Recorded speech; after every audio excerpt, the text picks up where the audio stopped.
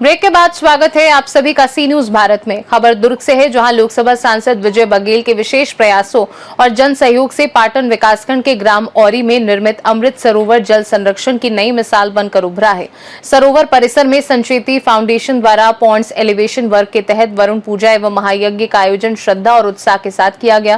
कार्यक्रम में बड़ी संख्या में ग्रामीण जनप्रतिनिधि एवं सामाजिक कार्यकर्ता शामिल हुए।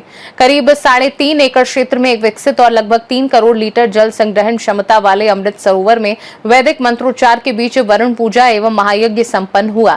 इस अवसर पर सांसद विजय बघेल ने कहा कि यह सरोवर केवल जल संरक्षण का माध्यम नहीं बल्कि जन सहयोग और सेवा भाव का उत्कृष्ट उदाहरण है। उन्होंने बताया कि आने वाले समय में सरोवर के घाटों का निर्माण, सौंदर्यीकरण और अन्य आवश्यक सुविधाएं विकसित कर इसे पर्यटन स्थल के रूप में भी पहचान दिलाई जाएगी।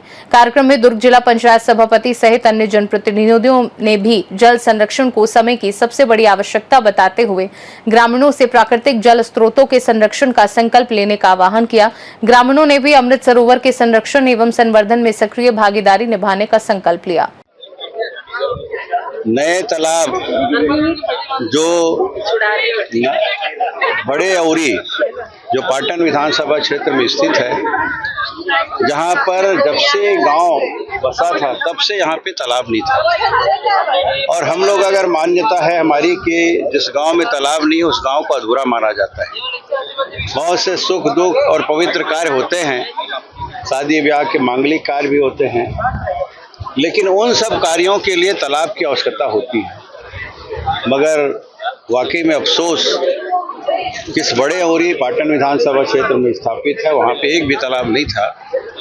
लोग जो नाला बह रहा है उसी में जब तक पानी रहता था उसमें, या फिर पंपों से कहीं गड्ढे खोदकर पानी भरकर उसमें दसगात्र, तेरही और अन्य प्रकार के सुख और दुख के कार्यक्रम, मांगलिक कार्यक्रम और पारिवारिक कार्यक्रम किया करते थे। मगर आज गांव वालों का सामूहिक संकल्प और हम सब का सामूहिक प्रयास, इसमें एक एक जनप्रतिनिधि का और गांव वासियों का एक सहयोग है। और यहाँ के सरपंच, उप सरपंच, साथ ही साथ जनपद जिला पंचायत के सदस्य, जनपद के सब सामूहिक प्रयास और मेरा भी छोटा सा प्रयास रहा। और हम लोग भारत माला में जो एजेंसी काम कर रही है, उस एजेंसी के माध्यम से SMS संचयी फाउंडेशन, उनको हमने निवेदन किया और निवेदन के साथ आदेशित भी किया कि आप आइए, मैं घर बुलाया उनको, और इस तालाब को आप अपने संसाधन से इसको पूरा करिए। और मात्र 1 महीने में, अभी तो अगर शुरू हुए देखें तो 4 अप्रैल, 1 महीने में खुदाई 4 जून से 4 जुलाई 4 जून को शुरू किए और 4 जुलाई को ये पूरा स्वरूप बन गया। और धीरे धीरे इसमें जो पत्थर हैं उसको निकाल रहे हैं कहीं, और इसमें जो और व्यवस्थित करने की बात है उसको लगातार कर रहे हैं। बरसात के बाद थोड़ा काम धीमा हुआ है, लेकिन ये बड़ी उपलब्धि है कि इस जनहित में बिना शासकीय खर्च हुए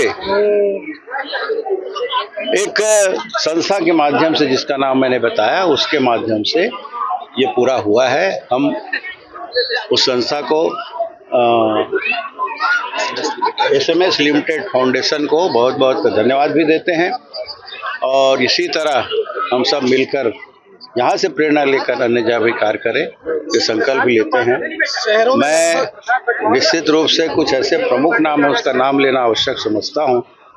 भाई लीलेश देशमुख जी, राघवेंद्र जी, अजय जी और भूपेंद्र जी, इन सब ने रोज यहाँ ड्यूटी देकर इस तालाब में लगभग पूरा किया है। यहाँ के उप सरपंच जी लगातार लगे रहे, सरपंच जी लगातार रहे, दीपक भाई का भी और हमारे जिला पंचायत सदस्य नीलम जी के भी इसमें निगरानी के तौर पे हुआ।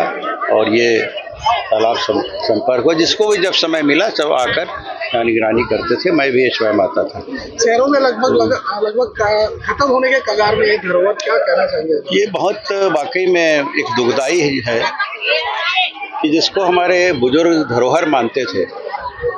और गांव में तो एक परंपरा थी कि जब कभी अकाल पड़ता था, गांव के अन्न की व्यवस्था करनी पड़ती थी।